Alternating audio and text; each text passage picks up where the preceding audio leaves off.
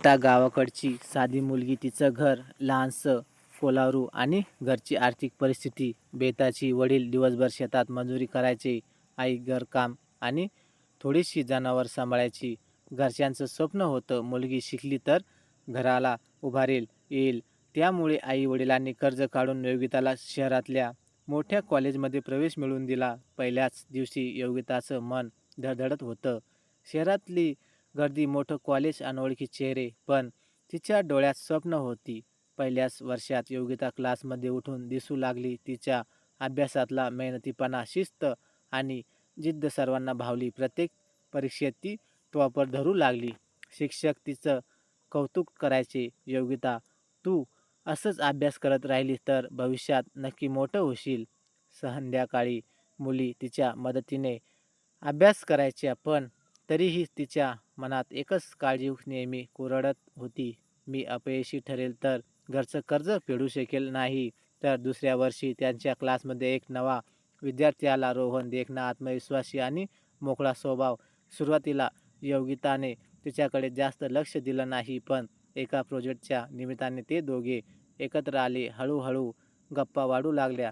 ग्रंथालयात बसून एकत्र अभ्यास करणं, कॅन्टीनमध्ये चहा घेणं, नोट्स शेअर करणं, सगळ्या सहज घडू लागलं. दोघांची मैत्री कॉलेजभर चर्चेचा विषय झाला. रोहन आणि योगितांची मैत्री हळूहळू गहिरी होत गेली. एका दिवशी पावसाळ्यात कॅम्पसच्या गच्च झाडाखाली ते दोघं उभे होते. रोहनने तिच्या डोळ्यात पाहत हलक्या आवाजात विचारलं, योगिता, तुला माझ्यासोबत आयुष्यभर राहायचं का? योगिताचं हृदय जोरजोरात धडधडू लागलं. तिने लाजून मान खाली घेतली. तोच तिचा होकार होता. त्या दिवसानंतर तिच्या नात्यात प्रेमाची नवी चाहूल लागली. ग्रंथालयात, कॅन्टीन, कॉलेज, फर्स्ट, सगळीकडे दोघांची जोडी सगळ्यांच्या नजरेत भरू लागली. पण प्रेमाच्या गोड प्रवासातही योगितांच्या मनातून घरचं ओझं दूर जात नव्हतं. आई फोनवर विचारायची, बाळा, अभ्यास चांगला चाललाय ना? फक्त 2 वर्ष सहज कर, मग सगळं सुधरेल. हे ऐकून योगितांच्या डोळ्यात पाणी यायचं. ती स्वतःशीच म्हणायची, मी अपयशी झाली तर माझ्यावर एवढा खर्च केलाय, आई बाबांचं काय होईल?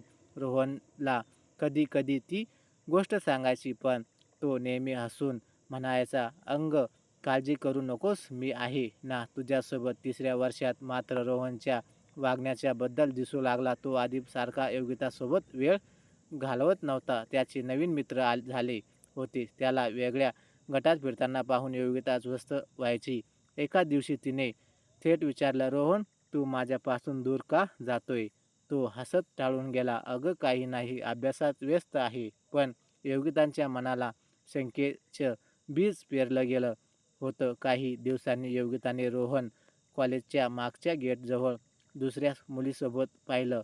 तो तिच्या हातात हात घालून हसत उभा होता. ते दृश्य पाहून योगितांच्या पायाखालची जमीन सरकली. त्या रात्री ती रडत रडत डायरीत लिहू लागली, माझ्या प्रेमाचा हा शेवट आहे का? मी एवढं मनापासून त्याच्यावर प्रेम केलं, पण तो दुसऱ्यासोबत सुखी आहे. दुसऱ्या दिवशी तिने धाडस करून रोहनला विचारलं, तू काल त्या मुलीसोबत काय करत होता? सरोने थेट उत्तर दिलं, योगिता, मला वाटत आपलं नातं इथंच थांबावं. तू फक्त अभ्यास, तुझे स्वप्न आणि तुझे प्रश्न. माझं आयुष्य वेगळं आहे. मला दुसऱ्याबरोबर सुख मिळवतंय. हे ऐकून योगितांच्या हृदयाचे तुकडे झाले. तिच्या चेहऱ्यावर अश्रूचा पाऊस ओघळून लागला. पण रोहन निघून गेला. त्या दिवसानंतर योगिता पूर्णपणे बदलली. क्लासमध्ये शांत बसणं, कुणीही न बोलणं, वसतिगृहात एकटी राहणं, सगळं तिच्या सोयीचं झालं. तिच्या जवळच्या मैत्रिणींनी विचारलं, योगिता, काय झालंय तुला? ती फक्त एकच उत्तर द्यायची, मी ठीक आहे.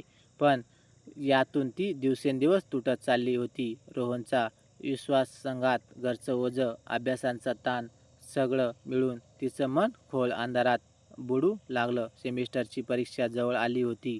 योगिता पुस्तक उघडून बसायची, पण डोळ्यासमोर शब्द धूसर व्हायचे. तिच्या मनात सतत एकच विचार, जर मी या वेळेस पास झाले नाही तर आईबाबांचं काय होईल? रात्री ती गुपचूप रडायची. तिच्या मैत्रिणींना तिच्याबद्दल जाणवू लागला, पण ती कुणाशी मन मोकळं करायला तयार नव्हती. एका दिवशी कॉलेजच्या कॅम्पसमध्ये ती एकटीचे बाकावर बसलेली होती. शिक्षकांनी जवळ येऊन विचारलं. योगिता, तू इतकी गप्प का झाली आहे? काही त्रास आहे का? तिच्या डोळ्यातून अश्रू आले, पण ओठावरून ती फक्त एवढंच म्हणाली, नाही सर, मी ठीक आहे. मनात माझं ती जोरात ओरडत होती.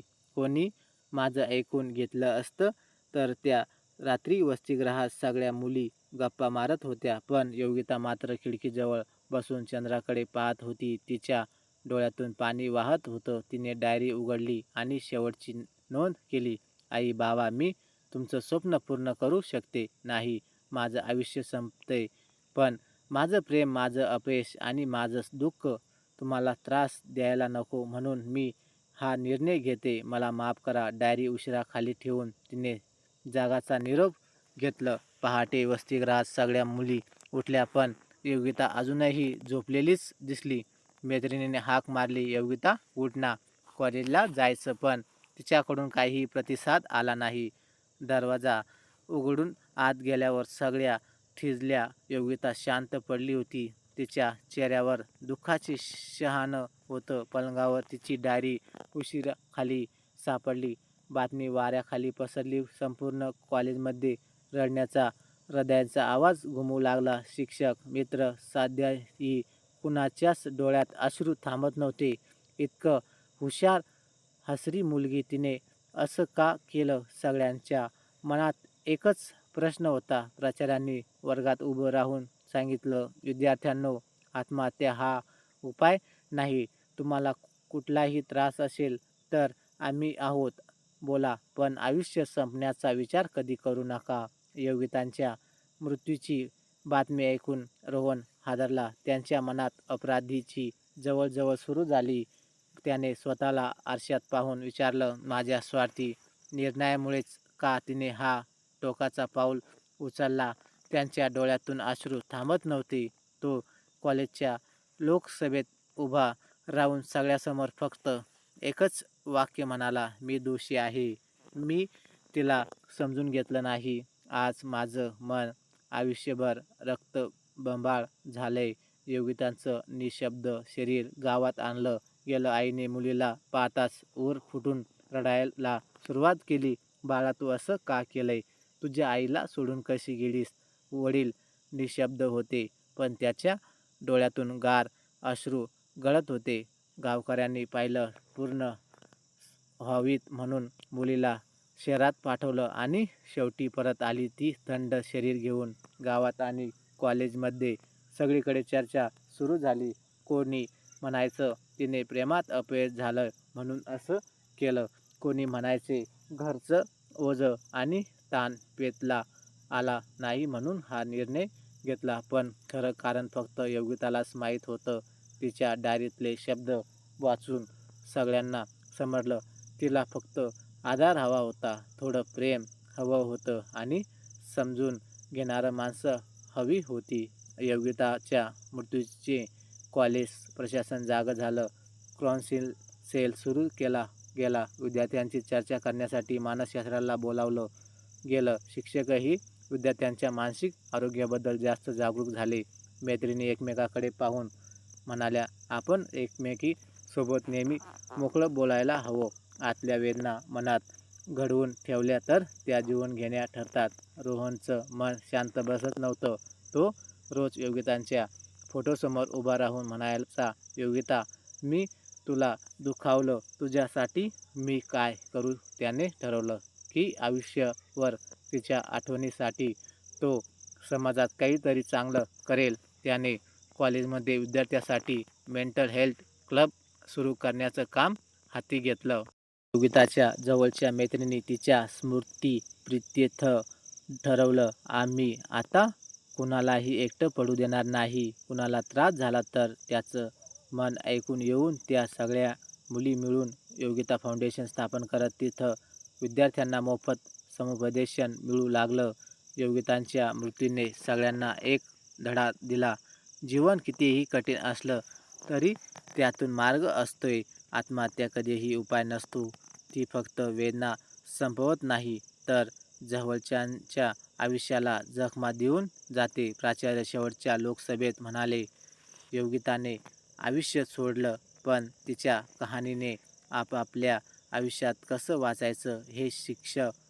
प्रश्न कितीही मोठा असला तरी बोलून दाखवत मदत मागा, पण हार मानू नका. योगितांच्या अंत्यसंस्कारानंतर गावात मोठा धक्का बसला. गावातील लोक म्हणू लागले, आपण मुलीवर खूप ओझं टाकतो, त्यांच्याकडून जास्त अपेक्षा ठेवतो, त्यामुळे त्या तुटतात. शाळेतल्या शिक्षकांनी मुलांना समजायला सुरुवात केली की फक्त अभ्यासच नाही तर मानसिक स्वाध्यायही तितकंच महत्त्वाचं आहे. आई रोज योगिताची आठवण काढून रडायची. वडील मात्र गप्प राहून शेतात काम करत राहायचे. एके दिवशी त्यांनी अश्रू पुसत म्हटलं, आपल्या मुलीला आपण आधार दिला नाही म्हणून ती एकटी पडली.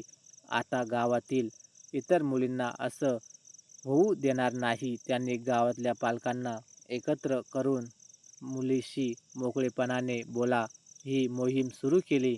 कॉलेजच्या आवारात योगितांचा फोटो ठेवून एक छोटं स्मारक बांधण्यात आलं.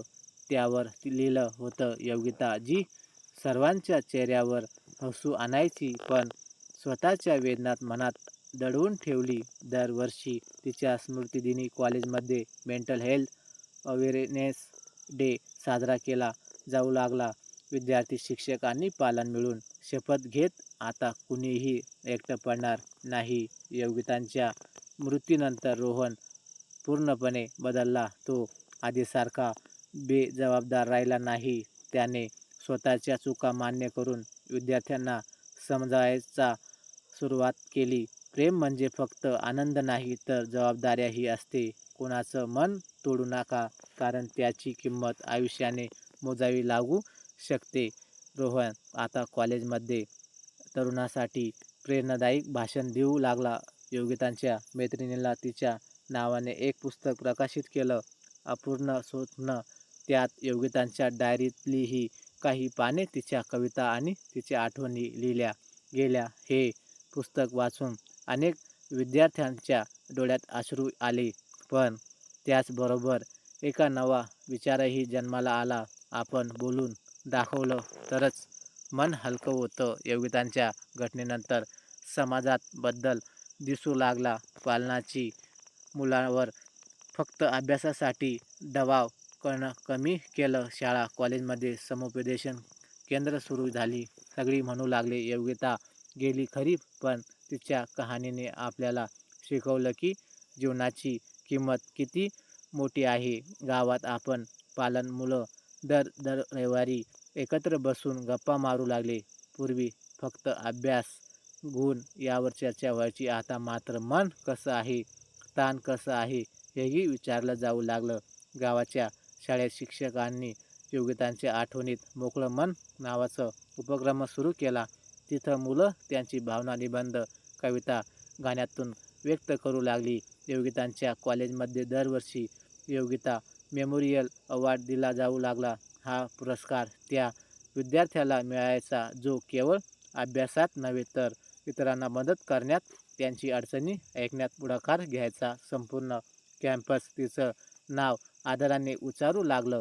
सगळं बदललं होतं, पण तरीही प्रत्येकाच्या मनात एकच प्रश्न कायम राहिलं, जर त्या दिवशी कोणीतरी योगिताशी नीट बोललं असतं, तिला आधार दिला असता, तर आज ती आपल्याला असती का? हा प्रश्न प्रत्येकाला सतत जाणवलं करून द्यायचा की आधार देणं, ऐकून घेणं हेच खरं समाधान आहे. योगिता नाहीशी झाली तरी पण तिची आठवणी समजायला नवी दिशा दिली. तर मैत्रिणींनो आणि मित्रांनो, तुम्हाला कथा कशी वाटली कमेंट बॉक्समध्ये नक्की कळवा. आणि व्हिडिओ आवडला असेल तर व्हिडिओला लाईक आणि शेअर करा. आणि अशाच नवनवीन कथा दररोज न चुकता ऐकण्याकरिता आमच्या चॅनलला सबस्क्राईब नक्कीच करा. धन्यवाद.